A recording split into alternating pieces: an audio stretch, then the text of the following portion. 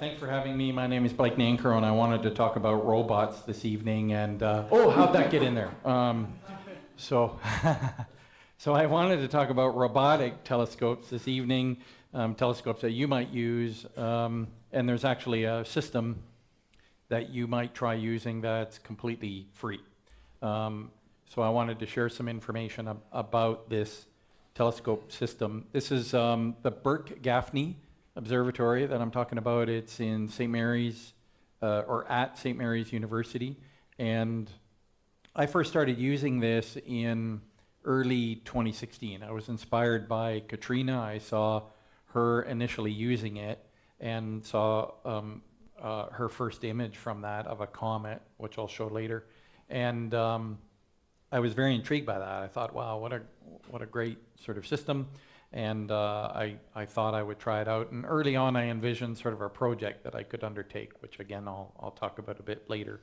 So if you are interested in or are regularly doing observing or astrophotography here in Ontario, and you want more telescope time, interestingly, based on weather patterns, generally the clear weather that's here in Ontario will go over top of Nova Scotia a day later. So you can keep yourself quite busy, doing lots of imaging, maybe on back-to-back evenings and stuff like that. What's significant about the Burke-Gaffney Observatory, it is or was the world's first observatory, robotic observatory, that was accessible via social media. So initially, at the very early stages, it was envisioned that this would be used via Twitter and via Facebook. So if you have an account in one or both of those environments, then you're sort of good to go. You could use this system. Recently, I was just speaking with the director a couple of days ago, and there's actually a second system coming online which RASC members could use. So I'll talk briefly about that later. So a bit of detail about the observatory, which is affectionately referred to as RALPH. The Burke-Gaffney Observatory, again, based in Halifax, and the observatory itself has been around for a long time. It was originally set up in 1972, but there was a major upgrade done around 2013. If I remember correctly, a bunch of us were at NEAF, the Astronomical Forum down in New York State, and we bumped into Dave Lane, who is the director of the observatory. We bumped into him when he was telescope shopping. He was looking for a plane wave telescope, and he bought one while he was at NEAF. So that telescope that you see in that image, that CDK 24-inch telescope, that's the one he bought back in 2013. And in 2015, again, it became this first observatory accessible by social media. This is not unlike iTelescope or SLU. Who has an iTelescope account? Anybody? Anybody got an iTelescope account or a SLU account? I had a bunch of credits at SLU. I don't know if they're all expired now. So you may be familiar with a system like this in that you can issue commands or directives. You can indicate the target that you want the telescope to capture images on, and then retrieve those images later on. You can see the dome that the telescope is in, and the telescope itself on an equatorial mount, an old style equatorial mount. All of that is fully robotic, fully automated. And the nice thing about it, again, is that this system is free, and that was something that was attractive to me. Yeah, I'm a bit cheap, but it was also this idea that I could get my legs, try things before maybe wasting time on iTelescope, that I was interested in getting my legs, getting some experience, particularly with LRGB processing, image processing, before spending a lot of money on a formal type of system. So that was one of the things that sort of attracted me to this this telescope. There's a drone aerial view of the observatory. It's atop the 22-story residence building at the university. Obviously, it's used by the astronomy and physics department. Don't forget that this is out in the Maritimes. It's you're dealing with Atlantic time, so remember that 1 hour offset, and remember the normal sort of weather conditions out there. You're on the sea. You're dealing with that, but you're in a city. There's a bit of light pollution, but still it's elevated quite high, and that affords on good conditions some decent sort of imaging. There's the business end of the telescope. That's a fairly recent image, and if you look closely, you'll see that there are two actually CCD cameras on that, the red one and the blue one, not the little tiny bright red one. I believe that's the guide camera. So the sort of tomato colored one, that's an S-Big. The blue one is the Apogee, I believe. You can see there's filter wheels with those. Again, this is a 24-inch or 60 centimeter telescope.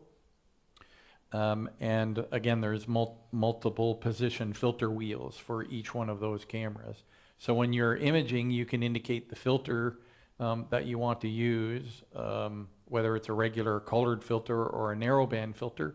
That will indirectly then choose the camera. There are certain filters on certain cameras, so you don't sort of have complete control to mix and match things the way you want. You're going to be using a particular camera given on what you've selected. The mount, again, is an equatorial-based mount. I'm not sure the exact history of the mount. I've been trying to learn a bit of information about that. As I mentioned before, the dome is completely automated with the shutter and rotation controls. You don't have to worry about any of that. And the observatory has lots of instruments, weather instruments, so you can gauge weather conditions in advance. You can see what the weather conditions are at the time that the observatory is open. So there's a bunch of sensors there. And this is kind of a snapshot of how you would use the system. So again, if you have a Twitter account or a Facebook account, you're sort of good to go. And you can, I don't know if you can read the printing very clearly there, but you can see some of the interactions that a human has or a user has with the telescope. So commands are issued. I'll show you the format in a moment. And then the system will respond. So Twitter can be used to, you can issue a tweet to the observatory, and when you have a well-formed command, it's going to respond to you and accept that particular request or command and take action, and then you'll get feedback on Twitter. Some of the messages are sent via the public Twitter feed. Some of the messages might come back to you by direct message. The Facebook page for the telescope is updated automatically. It's interesting how these robots were personifying them and making them seem like they're real and doing interactions. Obviously, this is clever computer programming on our Martian probes and by this telescope, but it does give you a sense of the status and what it's doing and what it's working on. You can monitor status also on the Facebook page. I keep an eye on that. I keep an eye on a web page as well to see status information, status updates. There's a whole priority system. Not surprisingly, the university students get first cut at this. They have the highest priority, and during school season, when school's in, telescope time may be limited. So that's something to bear in mind if you're using this. It's pretty easy to get up and running with it, though. You submit a request, you indicate why you would like to use this telescope, what your intention is, and then you get authorized, and you're good to go. You have to pick which mechanism or method you want to use for interacting with it. I can't remember if it was on a previous slide, but I'll mention it, that there is an issue, an outstanding issue right now with Facebook. Because of recent changes, you know, Facebook got in a lot of trouble a little while ago, and there's lots of security issues. So the Facebook interaction has been offline for a bit. If you want to use this, you want to try this, and you don't already have one, consider creating a Twitter account, and then you're ready to go. Facebook looks like it's offline for the time being. It is used for output purposes, but you can't send commands in yet. There's lots of information. There's a very good set of pages. You don't have to write all these down. I have the article on the website already, so you can look it up there, and I've shared all these links. But there's a good getting started page that shows all the basic information, so you know how to get up and running pretty easily. When you want to issue a directive or a command to make the telescope do something, you will form a tweet. You have to use a hashtag, so the pound symbol followed by a keyword, and then maybe specific options or elements after that. It's not programming, but it's there is a formal syntax that you need to use for those commands. Again, Facebook was used initially, but that's offline for the time being. But similarly, you would issue the appropriate hashtag command with options, and you were able to submit your requests and so on. So I have a sampler here of some of the commands that you might issue, like, what's the weather? So you issue hashtag weather, and the telescope will respond and tell you what the weather conditions are. So you can get a sense of it there. I monitor it by other means, but you can pointedly ask what the system thinks the weather conditions are and get a sense of whether it's going to open on that evening. When you want to image a particular object, you might want to look it up first to see what the formal designation is. Of course, we know that different catalogs might describe an object a different way. So you can use a lookup command to see what the appropriate reference is to find that object. And you can see I've noted a galaxy here, the PGC 62231, to look up that particular object. Typically, you're going to issue commands like that third line. That's the most complex form of that, which might be a little bit off-putting or intimidating. But you can issue a command in a fairly simple way, just by issuing the request and the object and stop right there. You don't have to add the exposure, the filter, the other details if you want. And the system will make a best guess. It'll use reasonable settings based on a profile and probably give you pretty good results. But you see, you can indicate the exposure time in seconds that you want to use. You can indicate the specific filter that you want to use. That example shows an O3, an oxygen, ionized oxygen filter. You can indicate a minimum altitude if you don't want the telescope to start capturing data too low. And you can add optional comments to it if you want. And another common command that you might, or option that you might use that I haven't shown there, is how many sub-exposures you want. So you can indicate, I want 10 images or 20 images to be collected at that exposure. If you've submitted a item, you can edit it later. You can change any of the settings or most of the settings for that. So you can see I've altered the minimum altitude here, and you can also delete the jobs later of your own volition if you decide it's sort of out of season or you're not interested anymore. All the commands, again, are documented on the website, so it's easy to look all those up. Now, I sort of proactively monitor weather. Lots of us do. So I've got a few references to the weather in Halifax, so I know what's going to happen. So obviously, I look at the clear sky chart for Halifax. I don't know if you use this system. Does anybody have CSAC alerts? Do you know what I'm talking about? The clear sky alarm clock. Anybody use that? So that's a great way, based on the clear sky chart data, that you can build a profile for a location so that when the conditions are good or optimum, you'll get an email. So I often get an email out of the blue that the weather is going to be good in Halifax or maybe at the Astronomical Observatory, and that's when I'll sort of perk up and look at the conditions and consider a trip, or I'll load in some targets to the BGO. Again, there's lots of weather instruments at the observatory, so I'll look at the sky quality meter information, I'll look at the satellite imagery and things like that. So I keep tabs on the weather, and a lot of this information is aggregated on a specific weather page at the BGO site. When I collect data, I often capture the charts to indicate or have a record of what the weather conditions were when I was imaging a particular topic, or target. So you can see I've captured a sky brightness chart and a sky temperature chart, which indicates roughly the cloud conditions. So a lot of times I'll keep that data as well as the imaging.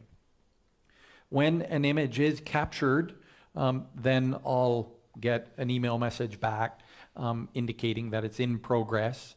And again, if I've missed some of the earlier communications about the weather conditions, I'll sort of perk up and start paying attention. And I usually monitor the Twitter feed because the telescope is indicating what it's doing. I'm shooting an image for this person. Somebody requested the weather information. And a lot of this information is shown publicly. So I keep an eye on the Twitter feed, see what's going on. I might notice on some occasions that one of my jobs comes up is put at the top of the queue. And again, I'll keep looking at the weather and other things like that to see what's going on. The next day, I'll receive an email notification or a notification of some kind that an image has been captured, and then I'll head off to my completed observations page. So you can see that there's a table here, it's in reverse date order, and the top entries in the table are the most recent images captured. And there's a request ID number that was assigned when the job was requested. So I'll pull up that page and then I'll be able to see what's going on. So this is something that I do the morning after when I know some images were captured or I received a notification. And I'll dive into now the specific observing page for that. Now I capture images a particular way. I have an elevated status at the BGO, and I usually collect multiple filters at the same time. So I get all those images aggregated into a single zip file. So then I'll download that zip file and take it all apart, and I've got all the images in there. But if you request an image shot with a single filter, you get great feedback right away. You see when the image was captured. You get a small version, an automatically stretched image in JPEG format. So you see that at the bottom of the page right away. So you can see if it was a decent image, if there were any problems with cloud or moonlight, any gradients in the image, or maybe the telescope moved a bit for some reason. Occasionally there's tracking errors. So you can quickly assess your image. Again, if you've done a single filter shot of it. I don't see that image in my profiles because it's all been compressed into a zip file. If you're just wanting to take a few pretty pictures, you're good to go. You can grab that JPEG image, you can put it on your Facebook page, you can put it on your blog, you can do whatever you want with it. So you're sort of done. But if you want to do higher end stuff, if you want to do more detailed processing of the image, then you can download the official image format, the more scientific format, the FITS file, and that's at a higher resolution, at a higher quality, with all of the commensurate data that's inside a FITS file. So I typically download those FITS files. And again, I'm often shooting in multiple filters. So I've gathered red data, green data, blue data, and luminance. And then I'll put all that together myself. But I'll look at all those FITS files and then start to process that data. If you download that FITS file, you will very likely not be able to look at it right away. The software that's normally on your Windows or Macintosh computer or image apps that are on your smartphone or tablet will not open a FITS file. So it's a specialized format. It's used for scientific imaging. It's used for X-rays and things like that. You're going to have to do something. If nothing else, you're going to have to convert that image to a more common type of format. But you can download some free software that was made to process images that are gathered by the European Space Agency, by NASA, by the Southern Observatory. So you just have to download FITS Liberator. And you can do that for the Windows or the Mac platform. And then you're able to, again, if nothing else, look at the FITS image and then convert it into a useful format like a TIFF file. And your TIFF files you can probably display on your computer immediately, and certainly you can bring those into an image program, an image editor, to formally edit them like Photoshop or GIMP or whatever your preferred tool is. I do a lot of pre-processing in the images. You can see if you look at some of the controls on the right side of that software screen, you can see you can flip the image, you can turn on clipping display, so you can see if you're clipping in the whites or the highlights. You can see if you're clipping in the shadows or in the blacks. There's a histogram clearly below the image, and you can start to do stretching yourself. And there's a lot of ways that you can scale or stretch the image. There's a lot of different stretch types. That's a topic for another day, how FITS Liberator works. But the point is, if you're going to collect FITS data, you're going to want to maybe do a bit of stretching and then convert and save into a TIFF file. And then you can do what you want to do in your other programs.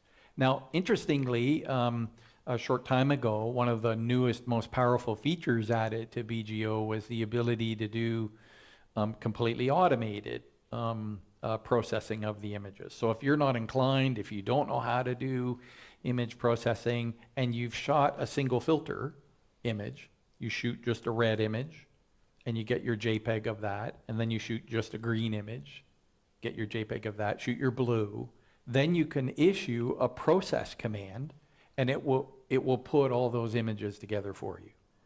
And it does a reasonably good job. Again, using some of the appropriate options with the process command, you can get some decent results. So if you look in the title bar, it's very small text there, but that image of part of the Veil Nebula is a remotely processed image combining the luminance, the red, the green, the blue. And the user didn't do that. They let the system do it. And it's a good result. It's a nice result. There's a whole video tutorial online to talk about how to do that. Dave Lane walks you through how to use those commands. But it's interesting. If you're in a hurry, if you're not inclined or not interested or don't have the software or reasonably powerful computer to do any of this yourself, then it'll take care of it. So that's nice. You can get color results right away. Some considerations when using the Burke-Gaffney Observatory. One could say you get what you pay for, right? So with a free system, there's lots of users that are using that system, but you always need to remember that you're not going to be terribly high in the totem pole unless you're a student there. So the students and postdocs and people doing research, they're getting very high priority in that system. And that queue is managed by the software, and everybody gets a certain weight and priority value and so on. There have been times where I've wondered what's going on at the observatory, and I've looked at the camera that's inside the observatory, and I've seen somebody with their eyeball up against the eyepiece. So there's public events that are going on there at any given moment.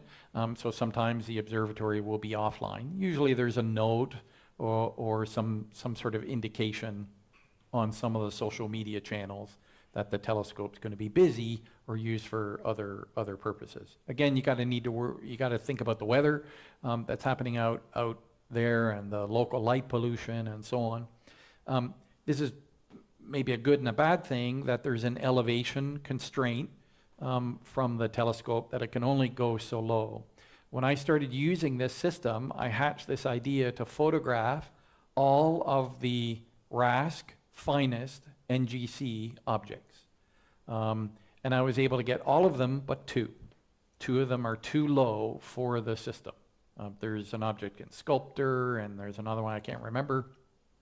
So the telescope can't get below or has constraints because of the walls and the edge of the dome and stuff like that. So, but then again, if you're imaging, usually you're going after things that are quite high in the sky too for best signal to noise, best quality.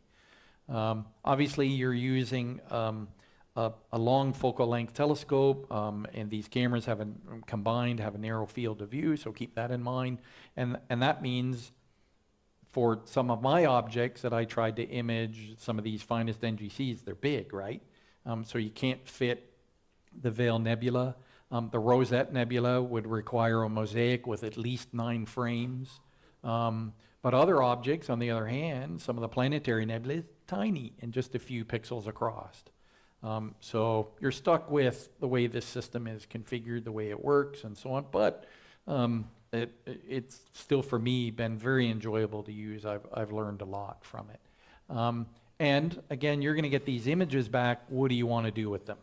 Do you want to do any processing on them? If you're not familiar with that, you're going to have to get up to speed on that. So lots of things to consider. Here's a quick gallery of some of the kinds of things that you can do and images that have been captured. This is the one that started it all for me. This is Katrina's image back in January, February 2016, where she imaged a comet. That's Comet C 2013 US 10, Catalina. And I was just blown away by it. I thought that's a great image, and it would be really fun to use this system to go after stuff like that. So that's one potential subject that you could go after, or any of the sort of interesting nearby active comets right now. This is one of the finest NGC images that I shot. That's the Splinter Galaxy, or NGC 5907. And this was one of my early attempts at putting together those LRGB images in color. And I did the assembly in Photoshop. And I was blown away. I still have much to learn about this, but I was really happy with that result. If you look at the bottom of the image, you can see there's a lot of red gradient. It's not a great image, but I really like the color in the center of the galaxy and the purpley kind of colors out in the arms. And I was just so happy. I was tickled when I got that. So this is the kind of thing that you can do, and somebody better than I would be able to yield even better results with that. I still struggle with gradients. The supernova SN 2017 EAW popped in May 2017, and I had shot the Fireworks Galaxy about 11 months before. So I dove back into my history to see if I had a discovery image of it was too far back. The supernova had just exploded there, but I went through the public log as well to see if anybody else had captured it, and nobody had. Nobody had shot this galaxy for a long time. But then I hatched an idea of following it. So about once a week for the next year, I imaged that galaxy. And I haven't done it yet, but I'm going to put together a movie that shows the supernova slowly fading out over the course of a year. I have to balance all those images. But that was a fun thing, seeing that supernova and watching it fade out slowly over time. You know me, I like double stars, so when the moon's out, I still use this system and I go and photograph double stars. This image I'm particularly happy with. Again, this is assembled, all the color channels assembled, and that one worked out really well. I really like the colors in that, no major gradients in that image. Not in the color channels anyway. So I shoot double stars with that to coax out maybe companions or members that I haven't been able to spot through the telescope, or where I had confusing notes. So I image it to try and figure out what I was writing about in my log. And you can image planets, some of the planets easily imaged with this. This was one taken by, I assume, one of the students, and that's one of the planets that Ed was talking about before, Uranus. And in that image, if you were to zoom into it, you can see Ariel, Oberon, Umbriel, and Titania. So 4 of the moons of Uranus, and 2 of them you can easily spot, I think. You can easily see 2 of them there at the 10 o'clock, 10:30 position, and at the 7 o'clock position. So you can see a couple of them there pretty easily. So these are the kinds of things that you can do. Some people shoot the moon as well, whatever. So why would you want to use this? Why did I want to use this system? I've alluded to some of this, but I had very little experience at the beginning of this with multi-channel color processing and collecting data from a CCD black and white camera and then trying to assemble that to produce full color images. So I thought, what a great way to learn how to do this at no cost and easy, in the sense that I didn't have to set up a telescope and go through all the stuff and figure out all the cabling and get all the software. Somebody else was taking care of that. That's one of the attractions to a robotic telescope, is that there's a technician that's taking care of all the hardware. And you don't have to worry about that. You just collect your data.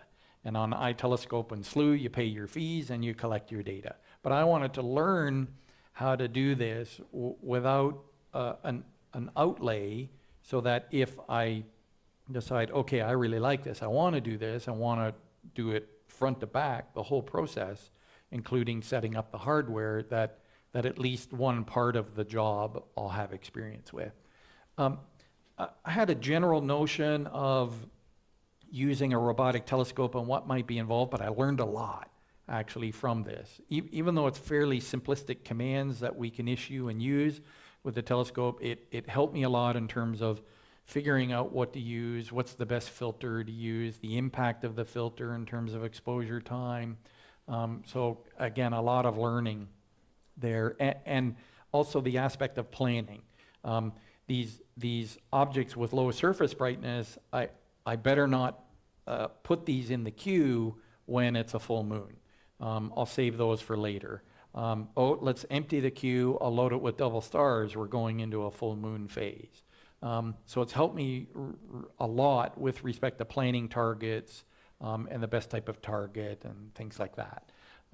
So it's been a lot of fun. And I didn't set out to do this, but as I mentioned, when I've been visually at the telescope looking at some double stars and can't figure out what's going on or couldn't see a super faint companion, I'll image it and draw out fake companions or try to see all the members in a complex multi-star system. So that's been good. That's been fun. Why would you want to do this? Maybe you just want to do some easy astronomy at home and not break a sweat. And armchair astronomy, again, remote telescopes are very appealing in that respect. But it's also, it's a fun system. You can do your own learning with it. And again, it might be, if you're not busy enough, it's something that you can do in other evenings. When it's clear here, you're going to be outside at your telescope or imaging here, and then a day later, you can collect data from Halifax. In general, the prevailing weather patterns are the clear weather in Ontario is going to be in Halifax a day later.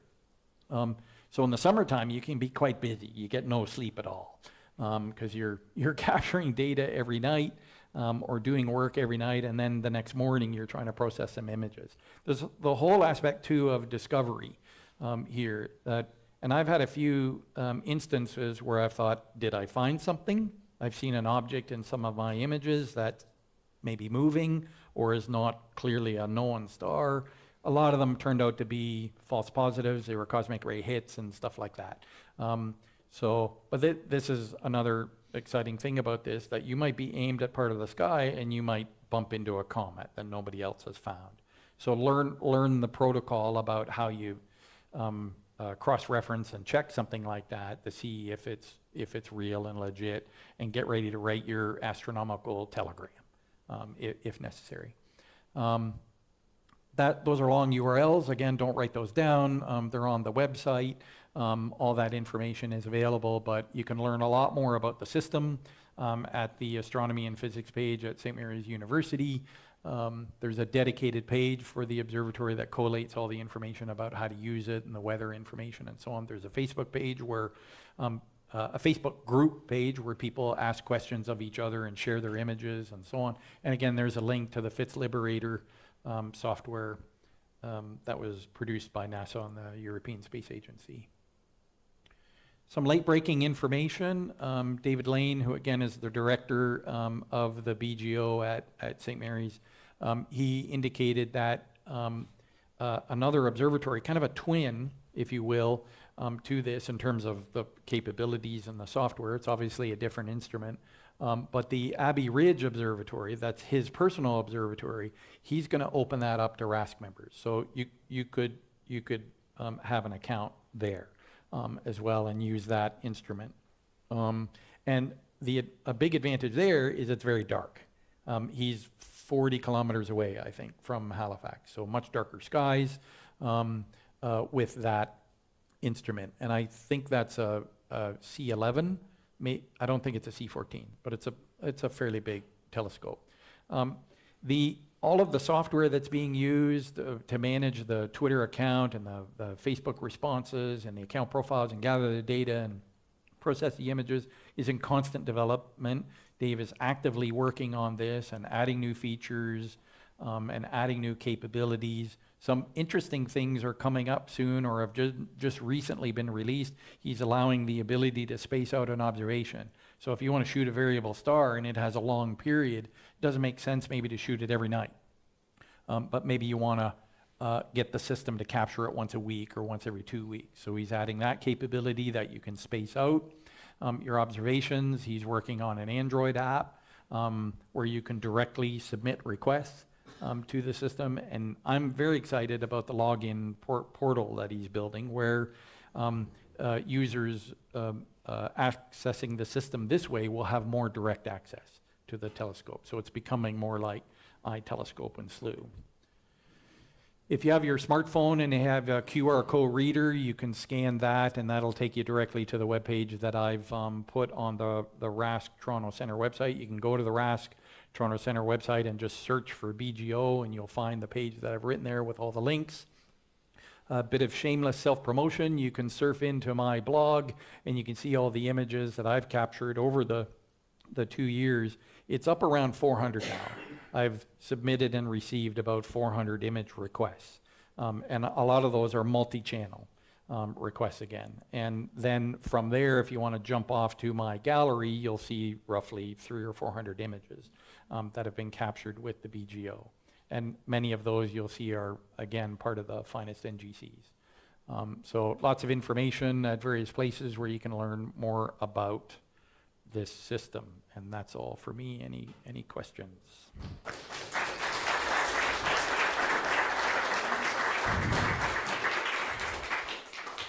Any questions on the cloud? That would be apropos. Comment, Dave Lane is watching the webcast. Oh yeah, any corrections? I should ask Dave. He's working on the Facebook issue. Yeah, yeah. He says that the ARO is up and available for our ASC members. Mm-hmm. So ARO is the Abbey Ridge Observatory, that ARO. last one that other telescope image that I showed. That's correct. Yeah. Yep. And yeah, that's pretty much it for now. Okay. Good. No. Any questions for him? So Chris has a question back there. I'm just curious about what is your turnaround time on requested images and how many do you typically have in the queue at any given time? So by turnaround, I think that you're asking about the time from when I submit the job into the queue to getting the image back, yes? That's a crapshoot. There's lots of factors for that. So if I was submitting jobs at the high water mark when the students are doing projects, it might be a couple of weeks, maybe 3 weeks before my image is processed or captured from the system. So the students, again, they get priority. In the summertime, it can be 1 day. I'll load in some jobs telescope's not busy. In fact, sometimes on the Twitter feed, I'll see a message that says, the queue is empty, I'm looking for requests. So I'll fire in a couple really quickly, and then you're downloading your images the next day. So there's lots and lots of factors, right? And of course, you load in some awesome targets, and it's cloudy in Nova Scotia for the next 3 weeks. Or there's fires clouding out the conditions there. So you just don't know. Arguably it's like this with other systems too, like iTelescope and SLU, that you're gonna make a request and the telescope may not open because of bad conditions. So you don't know what's gonna happen. You're kind of rolling the dice a little bit with that. And you had another question. Sorry, I forgot the second part. Well, now that I have the mic, I'll add a third.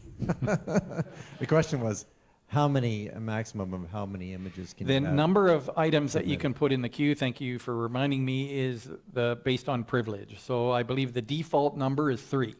3 objects or 3 items in the queue. And the default user account gets 1 filter per image.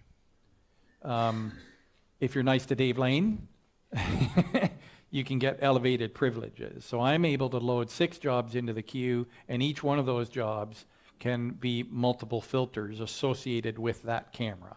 So sometimes I'll do LRGB, hydrogen alpha, and oxygen all in the one go for that object. Still, there are caps with respect to the total exposure time, the exposure time for the individual image, and so on. So there's lots and lots of constraints here.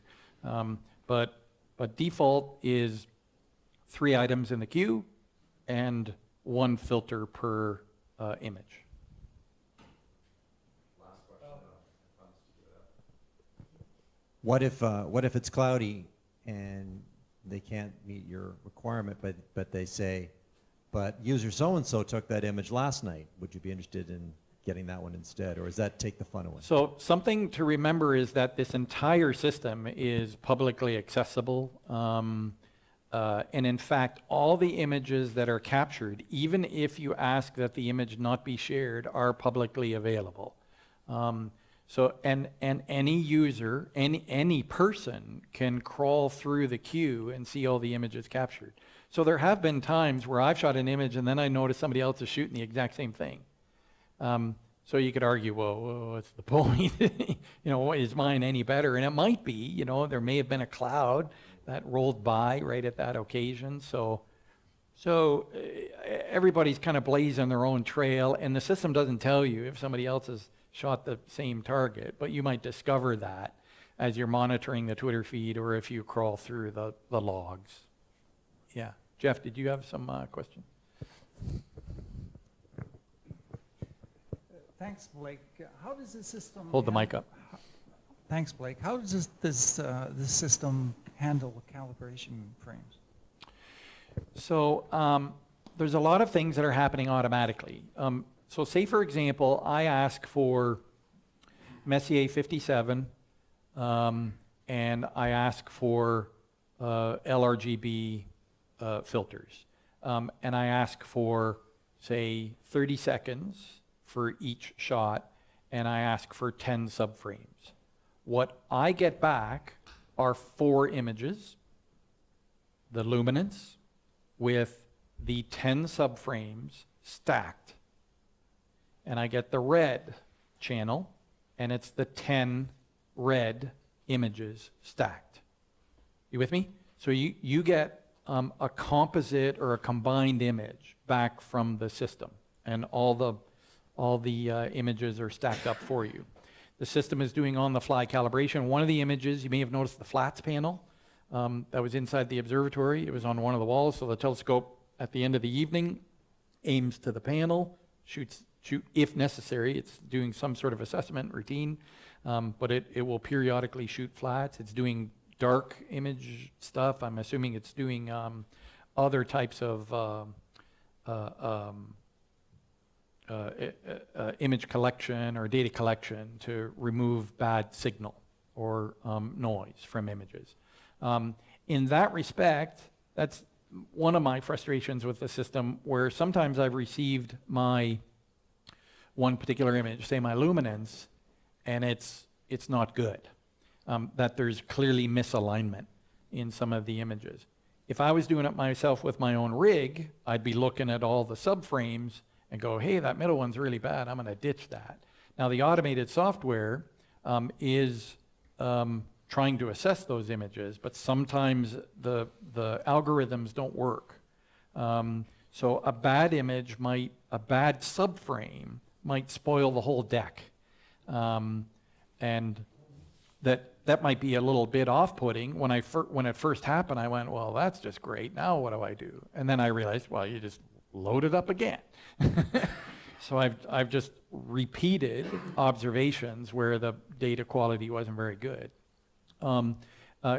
If you were using iTelescope, you'll be able to pick you're going to get all the subframes, and you're going to be calibrating them and stacking them and so on. So that's a big difference with BGO, is that you get that combined image back, and it may not be great quality for what you want, but it's easy peasy. And if it's really bad, you just do it again. You just resubmit the past email and do it again. On occasions where there's been a very particular problem, Dave's been able to go in and extract a particular subframe to figure out what's going on. We found some cosmic ray hits in one where I thought it was a moving object. So he has that access, but that's not accessible to regular users. So I'm getting the hook. Thanks for your time.